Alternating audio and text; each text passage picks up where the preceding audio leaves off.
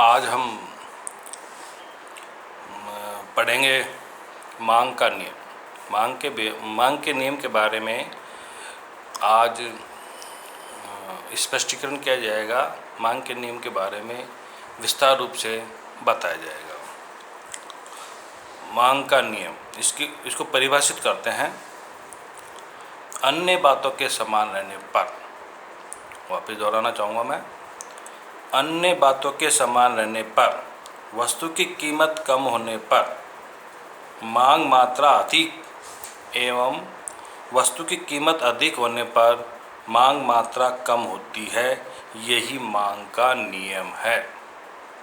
अन्य बातों के समान रहने पर, यहाँ पर ये इस चीज़ को मैंने पहले भी 2 बार बोला है कि अन्य बातों के समान रहने पर, ये अन्य बातें समान रहेंगी तभी मांग का नियम लागू होगा, नहीं तो नहीं होगा। अन्य बातों में क्या क्या आते हैं? अन्य बातों में आते हैं उपभोक्ता की आय, उपभोक्ता की प्राथमिकताएं, उसकी रुचियां, अन्य संबंधित वस्तुओं की कीमतों, इन सबको स्तर माना जाता है। ये सब अन्य बातों में आते हैं और ये अन्य बातें स्तर रहेंगी तो ही मांग का नियम लागू होगा, नहीं तो नहीं होगा। अब वापिस इसको सही परिभाषित करते हैं। अन्य बातों के समान रहने पर, वस्तु की कीमत कम होने पर मांग मात्रा अधिक एवं वस्तु की कीमत अधिक होने पर मांग मात्रा कम होती है, यही मांग का नियम है। व्यवहार में हम लोग देखते हैं मार्केट में जाकर, तो यह नियम व्यवहारिक भी और सटीक भी बैठता है। जिस वस्तु की कीमत अधिक तो उसको लोग कम खरीदेंगे, और जिस वस्तु की कीमत कम है उसको लोग ज़्यादा खरीदेंगे। एक अर्थशास्त्री ने प्रोफेसर मार्शल, उनके शब्दों में मांग के नियम को भी स्पष्ट करना चाहूँगा। उन्होंने कहा है, ये उनकी परिभाषा इस प्रकार है, मांग की मात्रा कीमत गिरने से बढ़ती है और कीमत बढ़ने से घटती है। मांग की मात्रा कीमत गिरने से तो बढ़ती है और कीमत के बढ़ने से घटती है। ये प्रोफेसर मार्शल की परिभाषा है। इस प्रकार मांग का नियम कीमत तथा मांग में विपरीत संबंध को प्रदर्शित करता है। नेगेटिव रिलेशन पाया जाता है कीमत और मांग में। यह नियम वास्तव में, मांग का नियम वास्तव में उस दिशा की ओर निर्देशित करता है जिस दिशा में कीमत में परिवर्तन के साथ मांग की मात्रा में परिवर्तन होता है। एक दिशा बताता है, उस दिशा की ओर इंगित करता है कि कीमत में परिवर्तन के परिणामस्वरूप मांग की मात्रा में किस दिशा में परिवर्तन हो। परिवर्तन 2 तरीके से होता है, या तो पॉजिटिव या नेगेटिव। या तो कीमत के साथ साथ परिवर्तन होगा, कीमत बढ़ेगी तो मांग की मात्रा बढ़ेगी, कीमत घटेगी तो मांग की मात्रा घटेगी। 2 तरह से परिवर्तन हो सकता है, लेकिन मांग के नियम के अंतर्गत विपरीत संबंध पाया जाता है, नेगेटिव संबंध पाया जाता है। कीमत और मांग का में जो विपरीत संबंध कई बातों पर निर्भर करता है। ये सब बातें कहलाती अन्य बातें। तो अन्य बातें समान रहने पर यह नियम लागू होता है।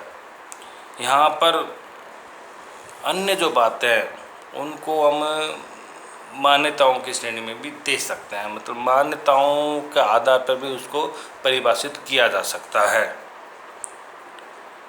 तो हम यहाँ इसकी मान्यताएं लेते हैं अब कि मांग के नियम की क्या क्या मान्यताएं हैं। वैसे कहा, वापिस दोहराना चाहूँ, अन्य बातों के स्तर रहने पर, या अगर वो बात इस तरह रही तो मांग का नियम लागू होगा, या ये मान्यताएं हैं, इन मान्यताओं के होने पर ही मांग का नियम लागू होगा। अगर इन मान्यताओं में से एक ही मान्यता को हम लोग नहीं मानेंगे तो मांग का नियम लागू नहीं होगा। जैसे एक क्लास को परिभाषित करना चाहेंगे हम, तो क्लास में ये चीज़ें होनी चाहिए तो ही क्लास कहलाएगी।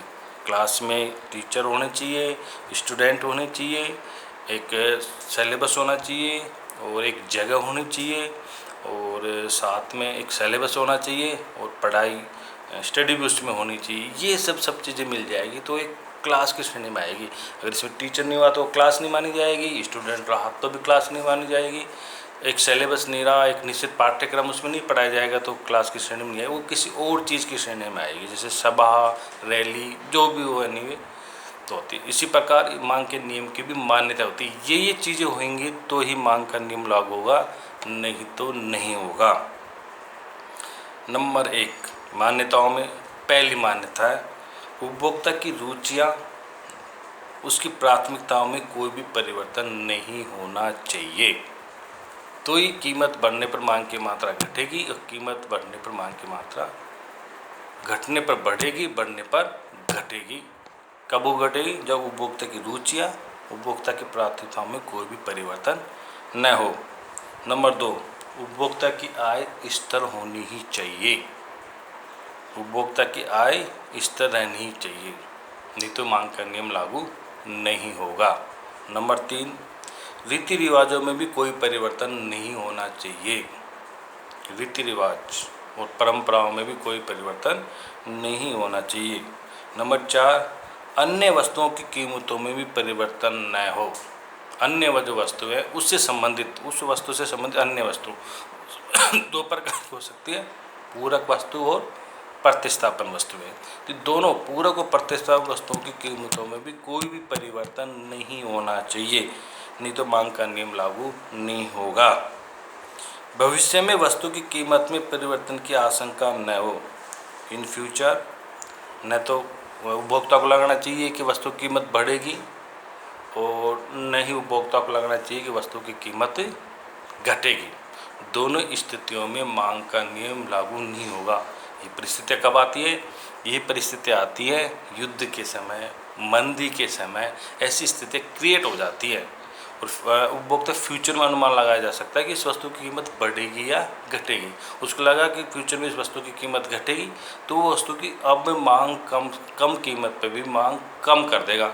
उसको लग रहा है कि इन फ्यूचर में वस्तु की कीमत बढ़ेगी तो वो अभी खरीद लेगा, वस्तु महंगी होती चली जाएगी तो भी खरीदेगा। तो इसका मतलब ये है कि इन फ्यूचर में अगर वस्तु की कीमत में घटने और बढ़ने की पॉसिबिलिटी, संभावना होती है तो मांग का नियम लागू नहीं होगा।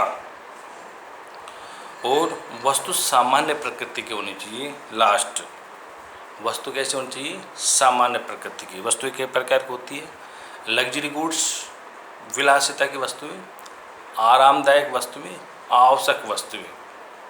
तो वस्तु की जो प्रकृति, विलासिता की वस्तुओं में ये नियम लागू नहीं होगा। और भी इसको भी गिफिन ने, एक अर्थशास्त्री, तो उसने भी इसको अलग तरीके से परिभाषित किया है, लेकिन फिलहाल हम ये लोग यहाँ ये कह सकते हैं कि मांग का नियम सिर्फ सामान्य प्रकृति की, जनरल नेचर, सामान्य प्रकृति की वस्तुओं पर ही मांग का नियम लागू होता है। नहीं तो तो ये मान्यताएं होने पर, इन मान्यताओं, ये कंडीशन है, इन कंडीशन में अगर एक भी कंडीशन नहीं है तो मांग का नियम लागू नहीं होगा। जो निष्कर्ष हम बताते हैं कि कीमत बढ़ने पर मांग की मात्रा घटेगी, वो नहीं घटेगी, बल्कि कीमत घटने पर मांग की मात्रा बढ़ जाएगी। उल्टा नियम यह है कि कीमत बढ़ने पर मांग की मात्रा घट जाती है और कीमत घटने पर मांग की मात्रा बढ़ जाती है। तो ये मान्यताएं लागू नहीं, तो इसको उल्टा होने लग जाए, कीमत बढ़ेगी मांग की मात्रा बढ़ जाएगी, कीमत घटेगी मांग की मात्रा भी घट सकती है। ऐसी परिस्थितियाँ क्रिएट हो सकती है। तो संक्षिप्त में मैं वापिस दोहराना चाहूँगा, मांग का नियम अन्य बातों के समान रहने पर यदि किसी वस्तु की कीमत कम होती है तो मांग की मात्रा अधिक हो जाती है, वस्तु की कीमत अधिक होने पर मांग की मात्रा घट जाती है। ये तो है मांग का नियम। मांग के नियम की क्या क्या मान्यताएं? नंबर 1 उपभोक्ता की रुचि या प्राथमिकताएं परिवर्तन नहीं हो, उसकी आय स्थिर रहनी चाहिए, रीति रिवाज में परिवर्तन नहीं होना चाहिए, अन्य संबंधित वस्तुओं की कीमतों में भी कोई परिवर्तन नहीं होना चाहिए, चाहे वह वस्तु पूरक हो या फिर प्रतिस्थापन वस्तु हो।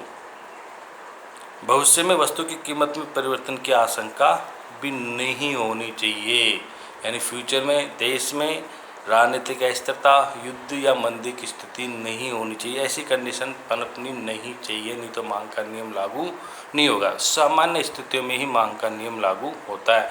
और अंतिम लास्ट में है, वस्तु की प्रकृति सामान्य लेवल की होनी चाहिए, न तो वस्तु आवश्यक होनी चाहिए और न ही विलासिता की वस्तु होनी चाहिए। आवश्यक वस्तुओं में क्या होता है, वस्तु की हम उसको खरीदना पड़ेगा। जैसे नमक है, नमक की कीमत बढ़ती चली जाएगी तो भी हम लोग उसको खरीदेंगे, उसकी कीमत बढ़ने पर उसकी मांग की मात्रा को कम नहीं करेंगे, ज़्यादा भी नहीं करेंगे लेकिन कम नहीं करेंगे। और मांग का नियम क्या है, वस्तु की कीमत बढ़ेगी तो मांग की मात्रा कम होनी ही चाहिए।